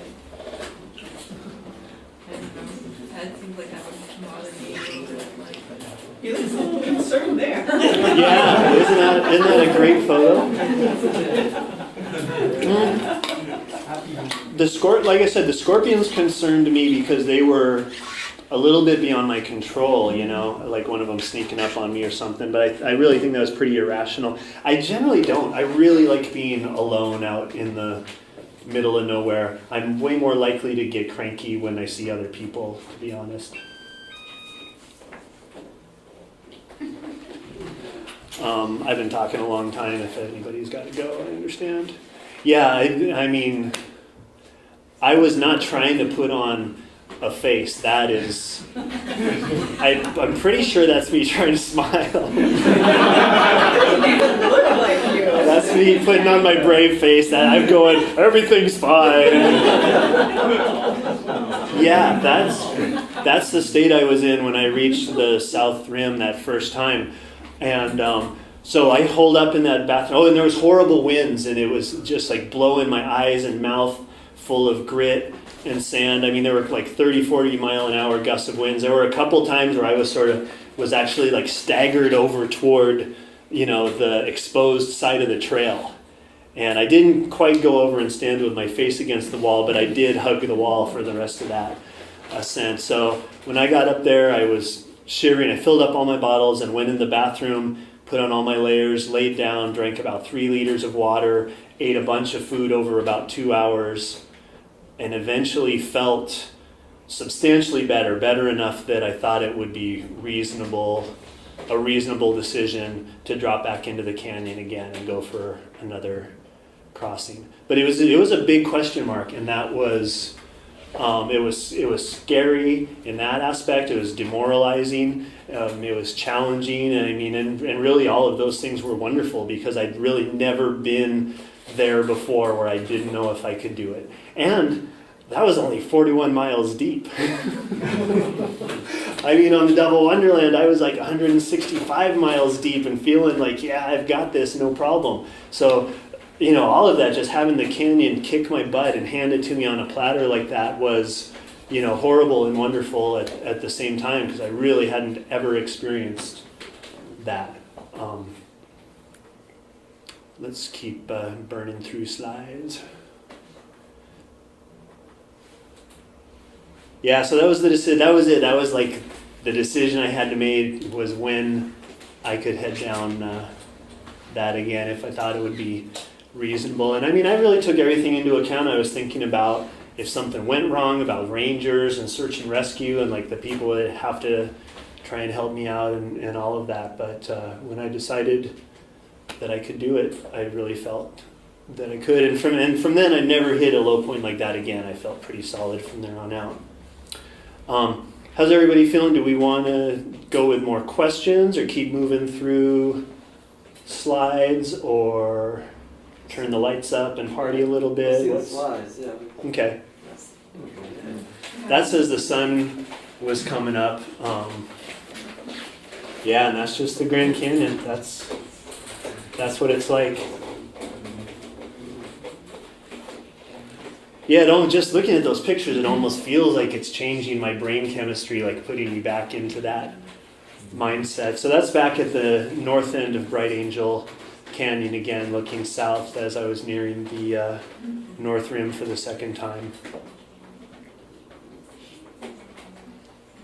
Coconino is the name of one of the plateaus as well as one of the counties there. So looking much improved from that last self-portrait. You look like you again.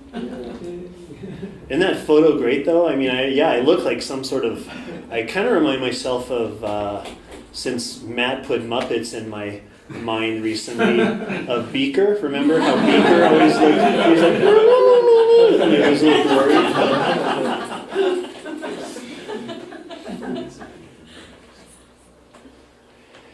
And that's a tunnel on the trail up to the North Rim.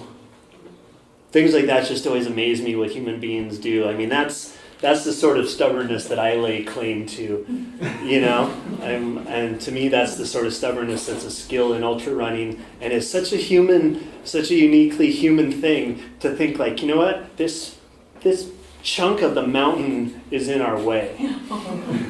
So why don't we just blast a hole through it? It's not the most ecological mindset, but there's definitely a level on which I respect and relate to it. The idea of we're just drilling little holes, packing them with explosives, running away and plugging your ears, and then doing it all over again until you've got a passage. That's wonderful and crazy and irresponsible and outlandish. So again, that's looking south down Bright Angel Canyon and just more of that exposed trail. It didn't feel that exposed when you were on it. You just kind of see the drop off, but then when you get up to a turn and look back, you'd be able to see, oh, that was a 2,000 foot fall if I'd taken a misstep there. I'm pretty sure this is a typo and that was supposed to be an I. But once you've carved it, it's pretty, you need putty and everything, and who's going to spell check it? That was nearing the South Rim for the second time, so this is almost 84 miles deep, and really where where the new stuff was about to begin, where I was about to go, where as far as I knew, no one else had gone before. Davy Crockett did message me and say that he didn't know of anybody else having done a triple-double. And after reading my trip report blog, he said, because he's done a double-double, he said he could relate to 2/3 of it. And I didn't even get that till a couple hours later. I was like, oh, that's interesting. I wonder how he chose that proportion.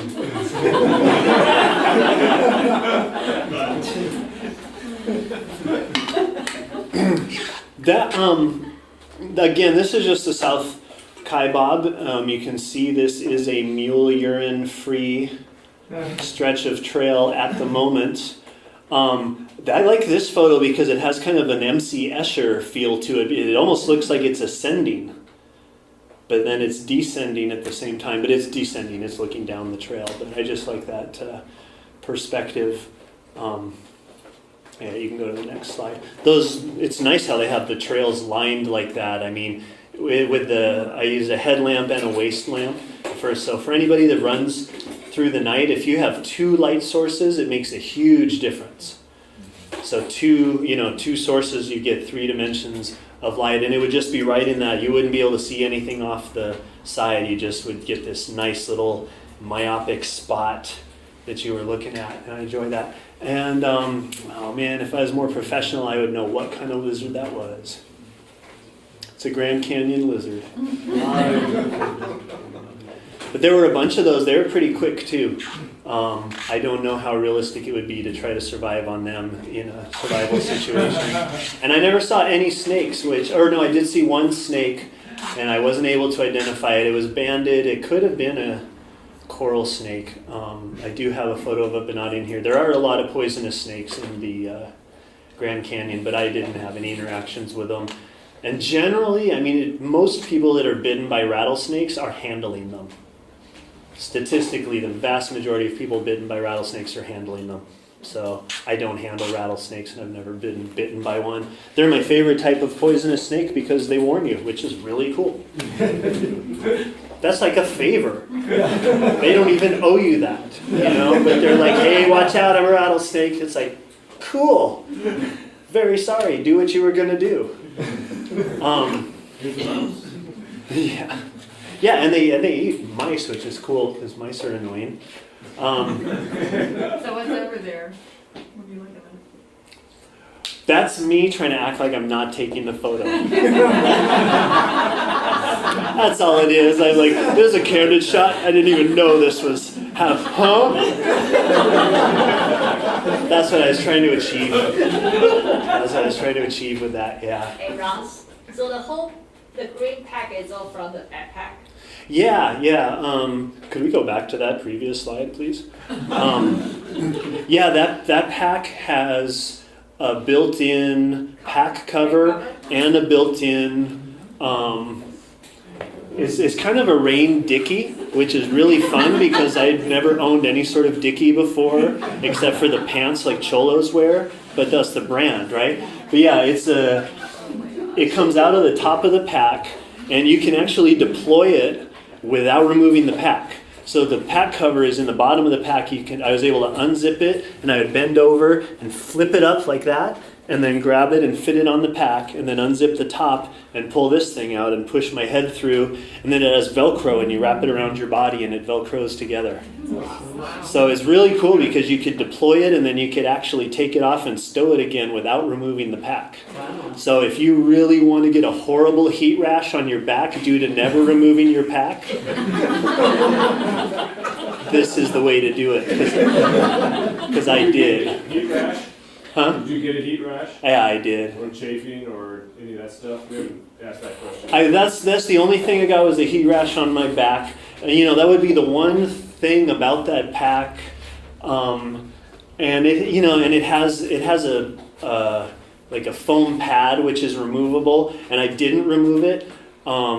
Again, admitting my own irresponsibility, I never even did a training run with that pack before I headed onto the Yeah, it's absolutely ridiculous. It's irresponsible. It's unprofessional. I mean, I can make no excuses except that I really thought it was the right pack for the job. And it turned out it was, but it's a little hot against your back, and I think removing the foam pad could help that. But if I don't know, if it had some suspension that went against your back so it floated and didn't touch your back as much, it would be better. I got some heat rash, but that was all. I use 2 Tom's Sports Shield, the kind that comes in like, it looks like a little roll-on container. And that's, I mean, I'm not sponsored by them or anything, yet. But I've been using that for a couple of years and it has never let me down. I mean, I use it on my feet, any place where I know I have a risk of hot spots or anything like that. A couple of my packs rub funny on my hip bones and back, and so I put it on there. And I actually carried it with me so that I could reapply it as needed. So I didn't have chafing because of that. I'm picturing that similar to Body Glide or other anti-chafing. It is, but it's like a silicone based. It's not a powder. The one that I use, it's slimy. There's probably a better athletic sports term than slimy, but it's silicone based, so it doesn't wash off in water, but it does wash off when you use soap. But it really doesn't seem to wear off. It's really effective for what I've done. And it doesn't seem to collect grit, which could really go poorly if it did, but it doesn't seem to. So that's me silently shooting my mouth off. I'm like 3 in the bag. That was at the North. I don't even have to say that. You can read the sign. So at Roaring Springs, which is the spring that all of these water sources are pumped from, but there's a stop there. It was the best one. They had benches, these tempting benches. I laid down and was trying to sleep on one of these benches one time, and then people showed up. And I was like, oh, because on my 3rd trip, I've been thinking the whole time, okay, when I get to that bench, I'm just going to take a nap. I'm just going to drink some cold water, curl up on that bench, and I was there about 7 minutes, and these people came in just with stuff clattering and talking, and I was just like, oh, hi, wonderful people, I'm going to go on my way. But there was a chalkboard there, and it was cool because everybody would write stuff, and there was a guy named Gerd, I can't remember his last name at the moment. He was there hiking the rim to rim to rim, completing his 66th rim to rim to rim. Wow. So I read that and I'm just like, oh. I mean, not in one push, but still, just like, oh my gosh, 66. And I'm like, ooh, 3,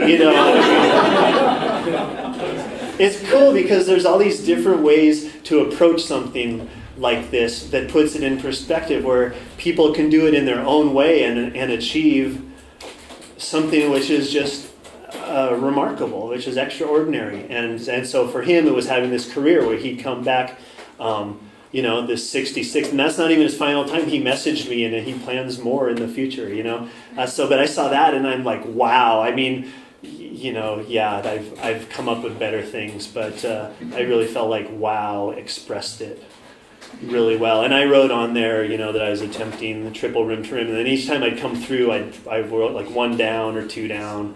This final, and what was really cool is the different rangers and park personnel kept writing stuff on there. They'd be like, stay strong and go Jason. So they all learned my name was Jason. We're all calling me Jason, which is funny.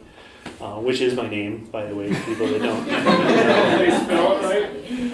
Yeah, they used one of the 2 correct spellings. One of the 2? Yeah. So... Was this your first time at the Grand Canyon? Yeah, I'd never been there before. Well, that's not entirely accurate, I'm sorry. I'd been there as a child a couple times that I don't recall, and I'd never done any backpacking or anything there. And as a total tangential thing, on one of those cross-country trips when I was a little kid, really small, my parents bought me this little, it wasn't a stuffed bear. Does anybody remember these horribly crappy toys they used to make where it was like a little hollow extruded plastic animal with like a really low quality velour type covering that would wear off? It was one of those, and it had a little harness system and leash, and I just dragged that thing. I loved it. I dragged it all over the place, and it just looked all mangy and horrible because it was low quality and it had just worn off, and then it disappeared one day, and I was heartbroken. That doesn't go anywhere. I just... You didn't go to the gift store and buy another one? I didn't even look for them. I was looking for a hat for Kathy. And a hoodie. I got a hoodie that says Grand Canyon. I mean, come on. I needed a new hoodie. And plus, I think it'll be funny when people see me and, oh, he's wearing a Grand Canyon hoodie. To me, that's funny. The red shirt in the photos, is that the same one you're wearing tonight? Yeah. Oh, something I haven't said, I believe everybody will like this, something that I haven't said in any of the interviews or any blogs or anything like that.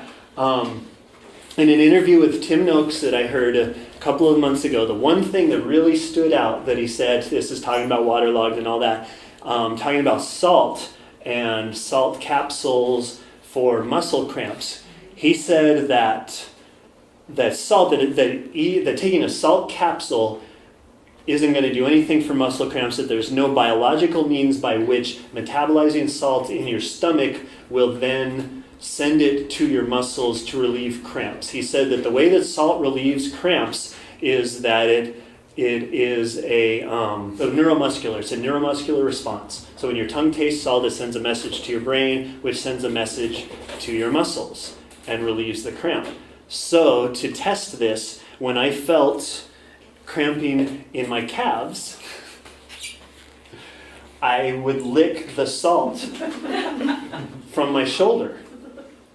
Which is really, oh, poor Kathy, she's covering her face in embarrassment. I'm sorry, sweetheart. Had you asked me not to tell people this? When you told me that you might mention it, I thought to myself, Yeah, you were probably right. Better his shirt than his shorts. Or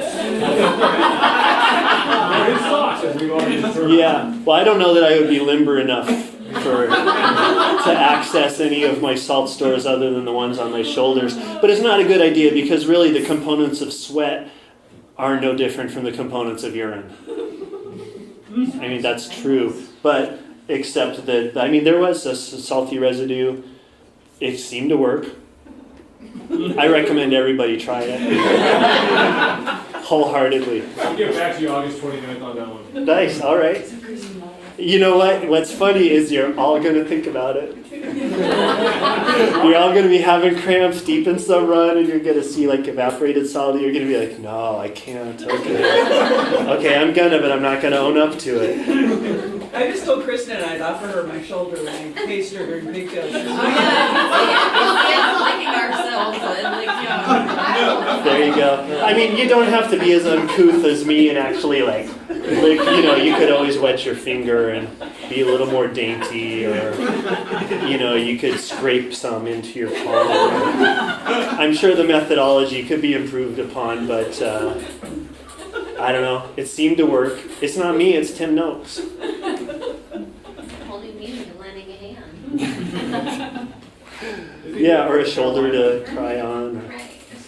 So that is at the end. I had really wanted to get up there and like leap into the air and go like, woohoo! And I didn't have it. I did not. I got up there. I wanted to ride my splits on my leg, like you see all the cool, like freaking hyper masculine triathletes and stuff, like all those like RoboCop looking guys, and they've always got splits written on their arm and stuff. I thought, yeah, I brought a Sharpie and I was going to ride them on my leg. And a couple hours in, it was just like this big blue smear. It looked like I had some horrible old Navy tattoo that you couldn't read anymore. So I had 2 pairs of calf sleeves on, and the interior ones were white. So I started riding all my splits down on my calf sleeve. So I got to the top, I took my proof photo, I wrote my final time down on my calf sleeve, and then I went, woo! It was all I could muster, but it was my celebratory woo. Are there any more slides? Did it feel like Groundhog's Day? There you go. Yeah, I mean... Or does it feel just get familiar? It's like, okay, I'm seeing my old friend again. Or is it like, oh, this seems new. I haven't been here before. Or... You know what it feels like to me? The only way that I can put it into words is that it's like a taste of eternity. it feels like it's never going to end and like it never began. It feels like it's just all I've ever done and ever will do, but not in a bad way. Sorry, I should have had a joke to wrap that up with. But... Oh, duh, there we go. Boom. So, south, north, that's all. I can read that. Can anyone else read it? I'm the one who gets to say how long it took me, because I'm the only one who can read that. Is there one more photo or no? Or two more? Or I don't even... Why do they all say shortcut? I did every mile. Whoever typed that, that's an unfair characterization of my route. There were no shortcuts involved. This wasn't some Killian Jornet thing, cutting switchbacks. I didn't follow sky running rules. I had a photo which I meant to bring. Again, my lack of professionalism here is awful, and I apologize. I brought a zip drive with photos, and I had put a few that weren't on the blog on there, but I couldn't. It's somewhere in my car, and I couldn't find it. But it was a photo of my trash, because I had opportunities, but I really had this goal of doing this in kind of an alpine style, in good style, as they say. I knew I couldn't do it fast, but I wanted to do it in good style, which apparently involves curling up on the floor of a bathroom. But so my standards for good style are questionable. But I didn't throw away any of my trash when I had opportunities to. I carried all of my trash to the end of the trip, and it all fit into a very small baggie that I could bunch down into my hand about like that. And then I had one empty almond butter container, which I could have put that in, but I didn't, and I don't know why. And then I had another container that still had some coconut manna left in it. So I mean, all of my trash from this whole trip was about like that, and it could have been smaller, but it was just all in my prosthetic beer belly. So what did you do with the random raincoat you found on the trail? I carried that because again, I figured anything that I picked up I needed to carry. So I carried that. Someone had carried that all the way to the North Rim, basically. So I carried it for the other 5 crossings. So, and then I figured out where it was from. It was kind of unique raincoat. It said Rogue Runners, and it's not Rogue River or Rogue Valley. It wasn't Hal Kerner's. That's what I thought too when I got it. And I was like, oh, because I have just a minor. I'm Facebook friends with Timothy Olson, and we message each other once or twice, and I'm like, oh cool, that'll be like a way to contact Timothy. Oh hey, I found someone's rain shell, can I be your friend? And, and he's a really nice guy. I think he would say yes, but I wanted some leverage, right? But it wasn't. It was a place from Texas with whom I did not share my opinions on the Alamo. So I messaged them, and I put a post on a couple groups, trail run or ultra running groups on Facebook. And the woman that had lost it, said that she had felt horrible that she left it on the trail, and she was glad someone picked it up, and that if I knew somebody that wanted it, they could have it because she's in the running industry and gets lots of free stuff. But it said Road Runners Pacer, so I knew it was kind of a unique thing, and so Kathy now owns it. So it's one of only 2 rain shells to ever complete a sextuple crossing of the Grand Canyon. Yeah, so that's what happened with that. Was that it for photos? Yes. Okay. So my secret fueling technique that I pioneered, you can that's fine. During this was when my almond butter was about halfway done, I topped it off with water and shook it until it all mixed up. So I had this just runny almond butter which I could drink. And yeah, it's horrible and wonderful. Exactly. I mean, the chef is cringing. It's just plain almond butter. It's not any of the sweetened one. It's not chocolate or maple or anything like that. And then it was just watered down. So it's basically if you were rinsing out a jar of almond butter and then you drank it instead of throwing it away. But thicker. Pleasantly thicker. But if you use something like Perpetuum or Hammer Nutrition. I don't know if they still make it. They used to make a product called, I can't remember, something Endurance or something like that, where it was like Perpetuum but less flavorful. Is that what it is? Okay, yeah, and so it's just like it, but it had a slightly different carb ratio, and it just tasted like watered down pancake batter. Like if you were washing out a bowl you'd made pancake batter in and you drank the water, that was what it tasted like. So this was actually a little bit better than that, but I actually found it quite palatable and really easy to take in. So like watch for it. We're going to be bringing in cases of Ross's watery almond butter. So like Goo and Hammer Gel. 5 years from now, people will be like, Hammer what? Goo who? Because everybody's going to be drinking nasty, horrible, watered down almond butter. That's kind of with olive oil instead. With olive oil? There you go. I mean, you got fat on fat. I haven't experimented with olive oil. I know a couple people that have experimented with both olive oil and coconut oil instead of the coconut meat.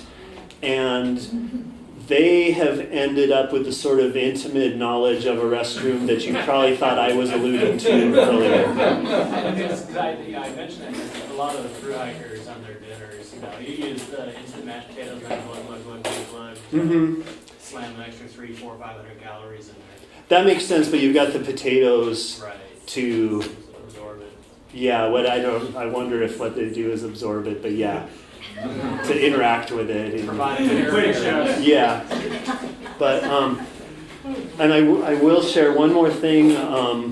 An experiment I did on the Double Wonderland, trying to come up with something different that would be fatty and kind of salty and ideally palatable. I dehydrated olives, trying to make kind of like a vegan jerky, like something chewy and it's just absolutely horrible. God awful. Do not try fueling with dehydrated olives. They're just horrible. It takes 3 horribles to express how bad they are.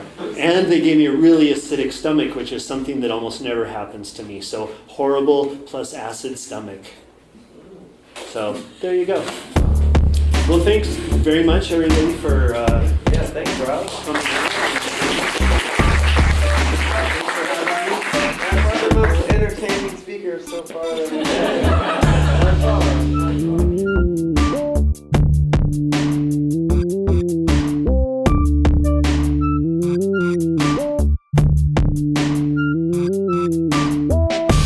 UltraPedestrian.com, ultra running and trail culture for the 99%.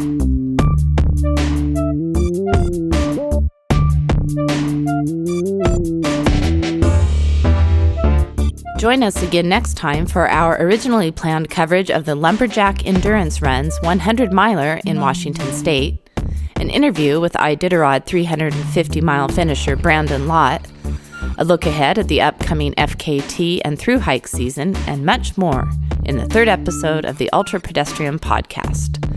Special thanks to our sponsors Ultra Zero Drop Footwear, Zensaw Advanced Athletic Compression Apparel, Run Pretty Far, and WAA Ultra Equipment. Be sure to visit UltraPedestrian.com for complete information on the 2013 Ultra Pedestrian Wilderness Challenge. And from all of us here at Ultra Pedestrian, keep moving forward.